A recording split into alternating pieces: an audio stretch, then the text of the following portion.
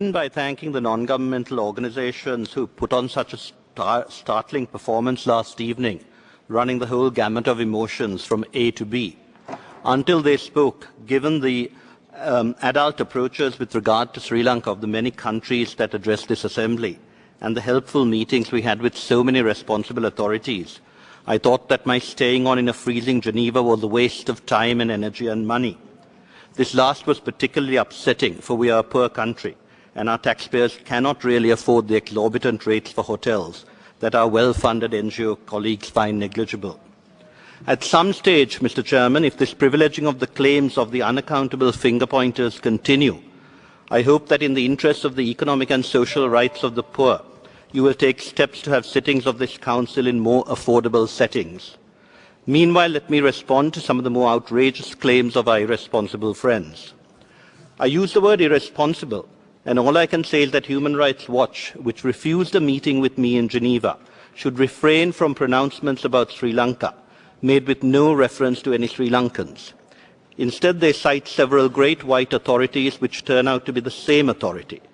HRW refers to a BBC report which we have shown to be fraudulent. That report dramatized an interview with an ICRC official who the ICRC told me had been misquoted. HRW then quotes the United Nations and one of its spokesmen, but the head of UNDP says, and I quote from an SMS, that he was oddly misquoted. He told a visiting journalist to look at the ICR's report, and then the journalist attributed it to the UN. Then HRW issued a statement quoting from the press report. Since then, I have been told by the UN that the reference was not to the ICR's report, for there was none, but to the quote as referred to in the BBC story. Mr. President, Sri Lanka strongly condemns these attempts by interested parties to damage the good relations between Sri Lanka and its partners by such deliberate or culpably careless misquoting.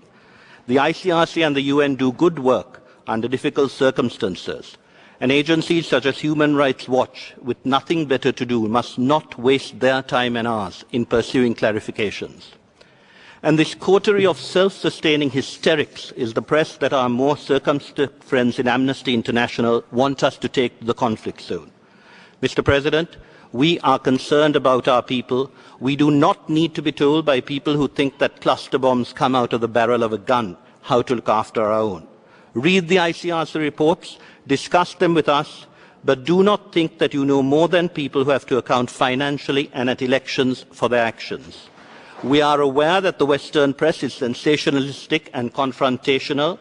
We do not blame them for that, since it is a result of their cultural conditioning. But when it includes allegations that are made use of by terrorists, then really some moral self-questioning should be in order. Thank you.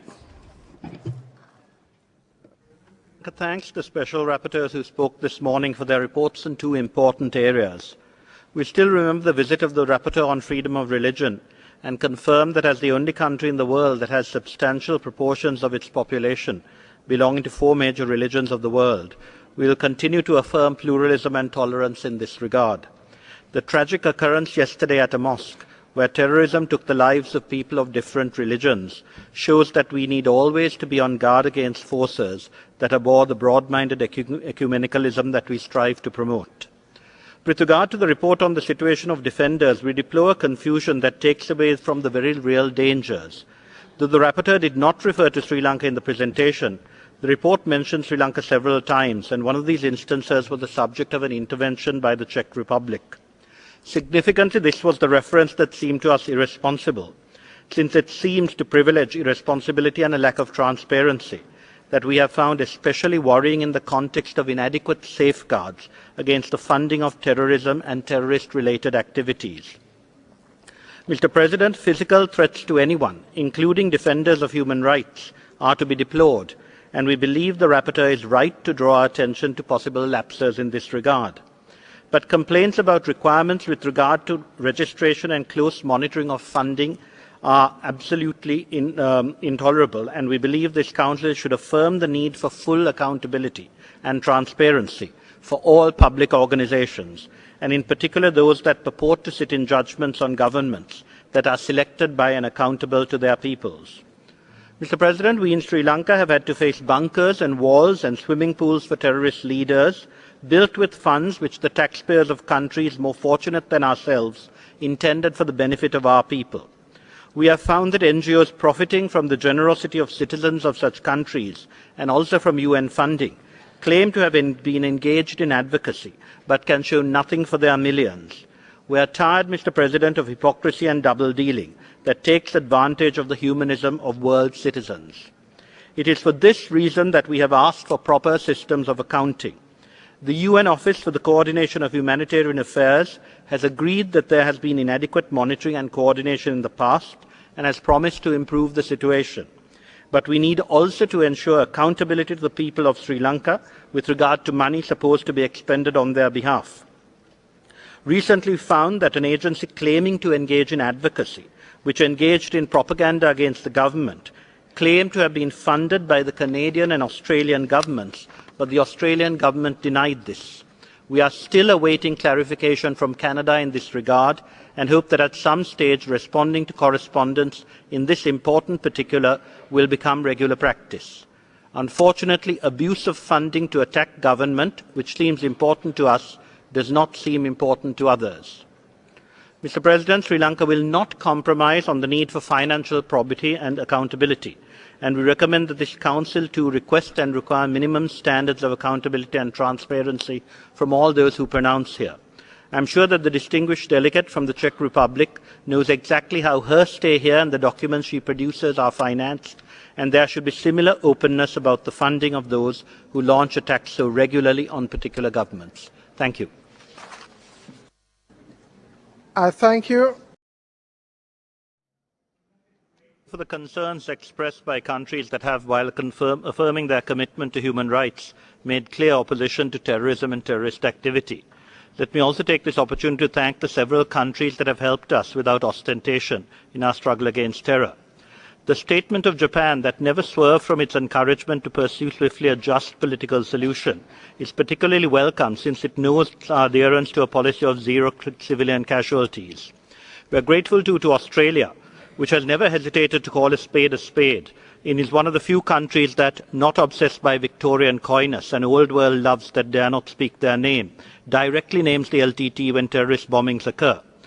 We will do our best to fulfill their expectations with regard to civilians, our civilians, Mr. President, whom the government cares for, not only for the moral and political reasons we recognize in this Council, but also for the practical one that they are voters in the democratic process the government intends to restore after many long years of totalitarian terrorist dominance.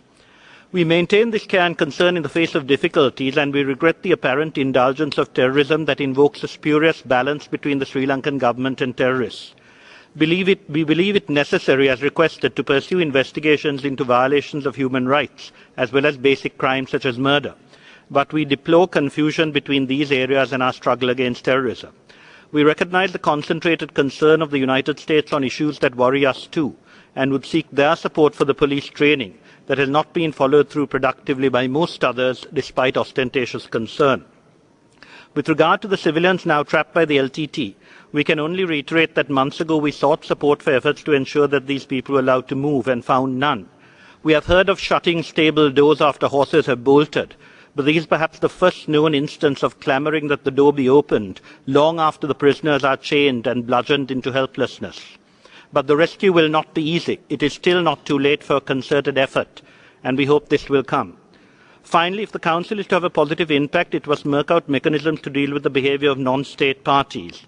In particular, while we have no objection to being urged to follow international humanitarian law, which we strive to uphold, which a much better record in this respect than some of our most sanctimonious critics when confronted with terror or the mere suspicion of it, we are astonished at the failure to note our general effectiveness in this regard, even in the face of consistent violations of such law by the LTT. It is precisely this type of equivocation practiced by the Czech Republic, speaking on behalf of the whole European Union, that allows the LTT to continue to recruit children, as pointed out recently by UNICEF, and reiterated yesterday by the UN, which said in a statement, the forced recruitment included the 16-year-old daughter of a UN national staff member.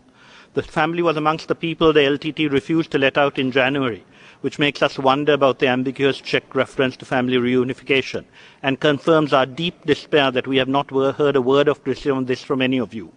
In this regard, Mr. President, we should note that we are not carried away by this European myth about the sanctity of European monitoring. We too know what our difficulties are, Mr. President, and we hope those who wish to help us will at least give some credence to our own analysis and appreciate our priorities. Thank you.